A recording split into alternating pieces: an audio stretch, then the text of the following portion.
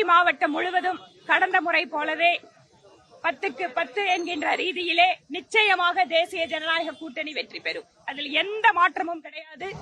ஏனென்றால் கோவை மாவட்டத்து மக்கள் யார் வளர்ச்சிக்காக வேலை செய்வார்கள், யார் மக்களுக்காக உழைப்பார்கள் என்பதில் தெளிவு பெற்றவர்கள்.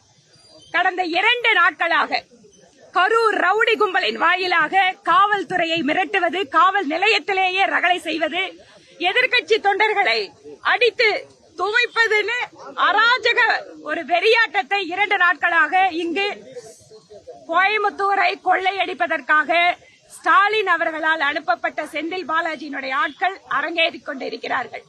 கோவைக்காரங்க ரொம்ப அமைதியானவங்க தான். ஆனா அவங்க எல்லாத்தையும் பார்த்துட்டு தெளிவான முடிவு எடுப்பார்கள் நிச்சயமா.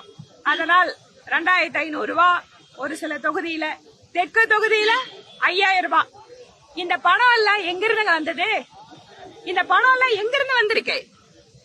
டாஸ்மாக்ல அடிச்ச ஆயிரக்கணக்கான கோடி ரூபாய் கொள்ள, காவிரி மணலை வித்து மணல் மாஃபியா மூலமா ஆயிரக்கணக்கான கோடி ரூபாய் கொள்ள, இதை எல்லாத்தையும் முடிச்சிட்டு கோயம்புத்தூர் வேகமாக வளர்ந்து வருகின்ற நகரம்.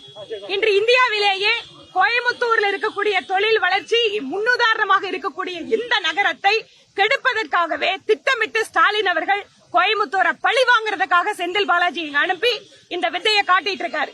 எத்தனை பணம் கோடி கோடியாக கொட்டி கொடுத்தாலும் கோயம்புத்தூர் மக்கள் தங்கள் மாண்பை இழக்காதவர்கள்.